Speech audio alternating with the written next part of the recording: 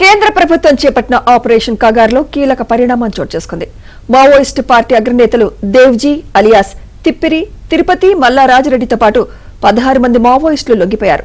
2 రోజుల్లో వీరిని పోలీసులు మీడియా ముందు ప్రవేశపెట్టనున్నారు.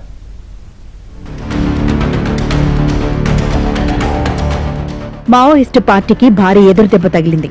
అగ్రనేతలు Tippiri Tirupati alias Devji, Malla Rajireddy alias Sangram, Narasimhareddy alias Ganganna surrender అయ్యారు.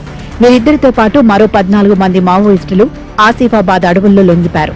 కేంద్ర మావోయిస్టు పార్టీ ప్రధాన కార్యదర్శిగా దేవ్జీ, పొలిట్ బ్యూరో మెంబర్గా మల్లా రాజిరెడ్డి కొనసాగుతున్నారు.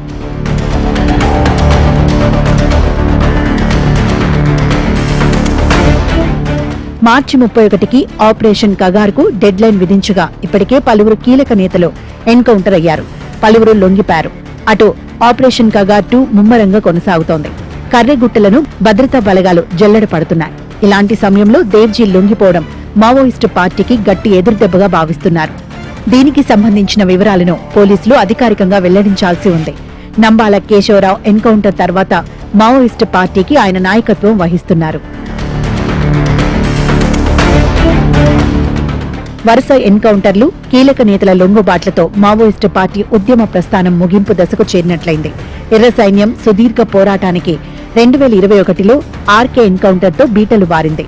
హిడ్మా, నంబాల కేశవరావు తదితర నేతలు ఎన్కౌంటర్లో చనిపారు. ఇక అగ్రనేతలు మల్లోజుల వేణుగోపాల్, ఆసన్న గతంలోనే లొంగిపారు. ఇప్పుడు దేవ్జీ, రాజిరెడ్డి సరెండర్ అయ్యారు. మరో అగ్రనేత గణపతి విదేశాలకు వెళ్లినట్లు తెలుస్తోంది.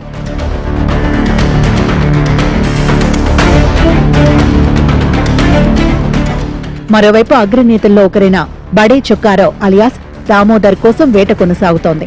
ప్రస్తుతం అడవుల్లో అతి కొద్ది మంది నక్సలైట్లు మాత్రమే ఉన్నట్లు తెలుస్తోంది. ఈ ఏడాది మార్చి 31 నాటికి దేశంలో మావోయిస్టులను నిర్మూలించేందుకు కేంద్రం ఆపరేషన్ కగార్ పేరిట ప్రత్యేక చర్యలు చేపట్టింది. ఈ సందర్భంగా జనజీవన స్రవంతిలో కలిసి దేశాభివృద్ధిలో భాగస్వాములు కావాలంటూ మావోయిస్టులకు కేంద్రం పిలుపునిచ్చింది. దాంతో పలువురు మావోయిస్టులు ప్రభుత్వం ఎదుట లొంగిపారు. మరికొంతమంది ఎన్కౌంటర్లో మరణించారు. పలువురు మావోయిస్టులు అరెస్ట్ అయ్యారు.